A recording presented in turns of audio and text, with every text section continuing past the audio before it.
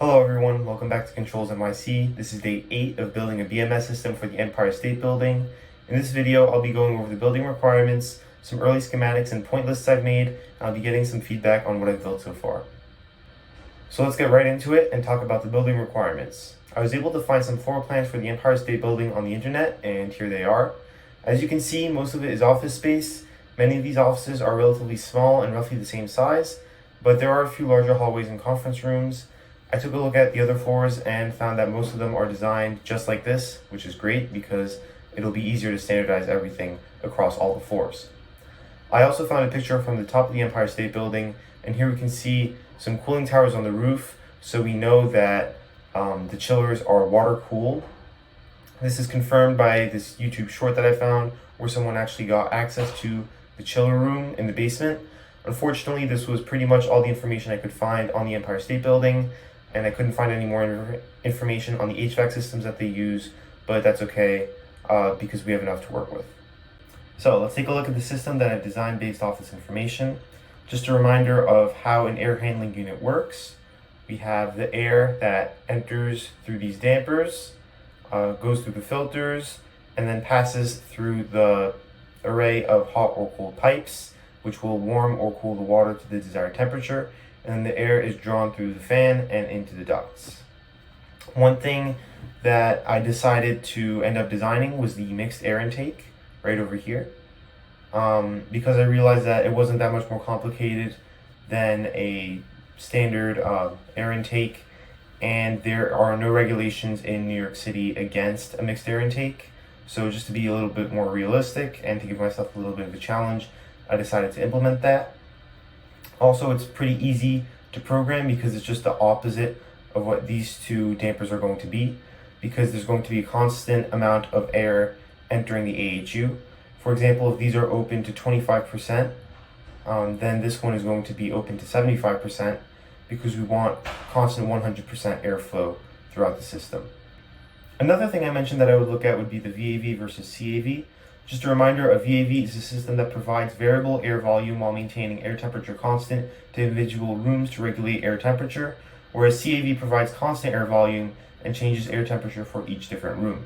I did some digging into the alternate points that I would need for a VAV versus a CAV, and apparently it's somewhat difficult if we have a return fan, which would be right over here, because we would need several control points. So what I'm going to do instead is I'm going to use an exhaust fan, which is just the same thing except moved over, because we'll need fewer points. Apparently doing it this way is easier, and I can base the exhaust fan speed based on the building pressure. We don't want too much air in the building, so we can take some out with this fan and regulate it using a pressure sensor elsewhere. So that's a point that I'll have to keep in mind. Speaking of points, I've started a points list in Google Sheets. I found the basis for this on the Kutztown University website.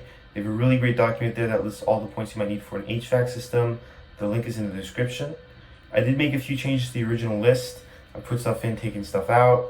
All of these points in green here are already in the schematic that you saw. The red is the alarms, and the yellow is the things that I might get to later that I haven't put stuff in yet. As you can see, all of the points have been labeled as analog or digital, input or output. There are a few more devices I'll have to make, such as the chiller, the cooling towers, the pump, VAV box, things like that. I'm still working on these points and on the schematics, but I can go through the first schematic I've done and we can take a look at all the points. So here we have the points for the AHU, and on the right here we have the schematic that I drew. I'm going to go down the line of the points list and just show where all these points are on the schematic. So here we have the 3 dampers. This is the supply damper, the mixed air damper, and the return damper.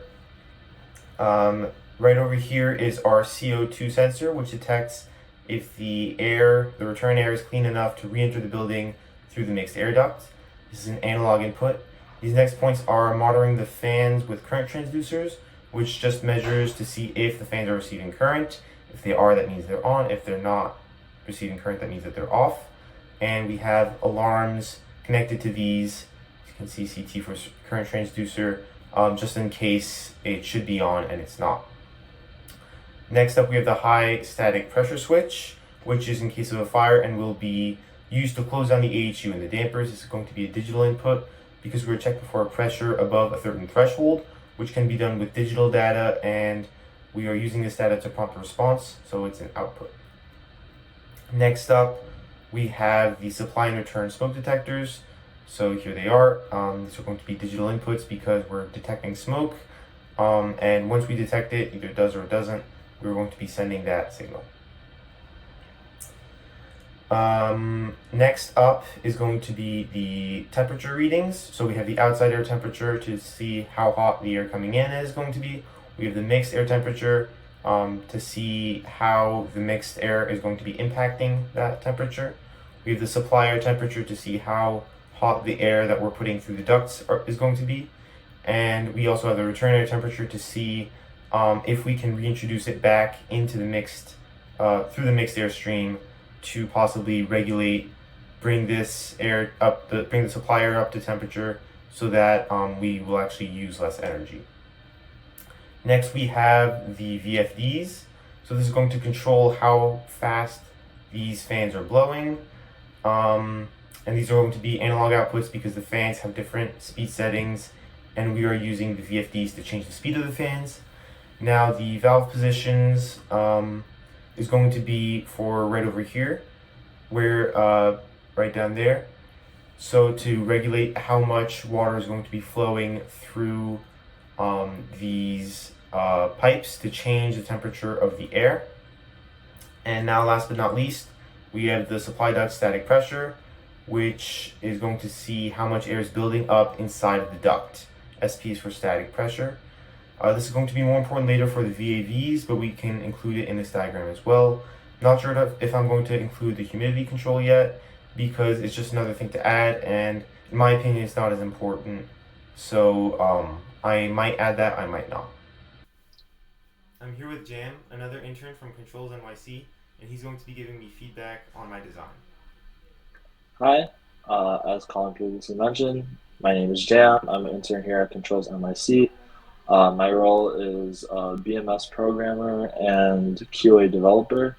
So at my time here at Controls, I've had the experience to work with the Niagara program, and I've also had experience with dealing with air handling units, other devices, the points that go with the devices, and all that stuff. So, hi Colin. Looking at your diagram, from first glance, it looks pretty good. I like it. It's very aesthetic. I did notice that you had your return air fan. It was after the area where you mix your air. I was wondering why did you do that? Yeah, so I watched a video where basically they were explaining like how to set up an AHU, and he was saying that as far as the VAV, like for the variable air volume AHU, it actually requires fewer points if you put the fan after the mixed air to make it an exhaust fan. So it actually ends up becoming easier in the long run because you only need a pressure sensor somewhere inside the building instead of multiple other different control points. Oh, okay. That's a really cool point. Because from the air handlers that I've been used to seeing, they're usually kind of like right like before or right after like a smoke detector in that kind of like section. So that's really cool. Um, uh, let's see. You also didn't label. I guess like if the people know, it's fine just to label like your supply air, like where that's coming from, like, outside air, and then like I guess the air going into the room. And then my only other thing that I noticed is that you only have one filter, which from what I've seen, usually air handlers have more than one. Sometimes they'll have two, sometimes they'll have three, sometimes they'll have one coming from the return air. So I don't think it's a big deal, but other than that, it looks pretty good, and I think that you're going in the right direction. All right, great, thank you. No problem. All right, so with James' feedback, we have the next few steps cut out for us. So I'm going to add the second filter to the supply, and I'm going to label a bit more components of my AHU. But after that, I think I'm just going to move on to the next few diagrams. I'm currently working on the chilled water diagram, which includes the chiller, the cooling towers, and the pumps. And then I'll move on to the boiler to get the hot water for the AHUs. And after that, I think I'm going to work on sequence of operations, and I'll take the next steps from there. Thank you so much for watching. If you have any advice, comments, or questions, please drop a comment down below. Consider subscribing, and I'll see you in the next video.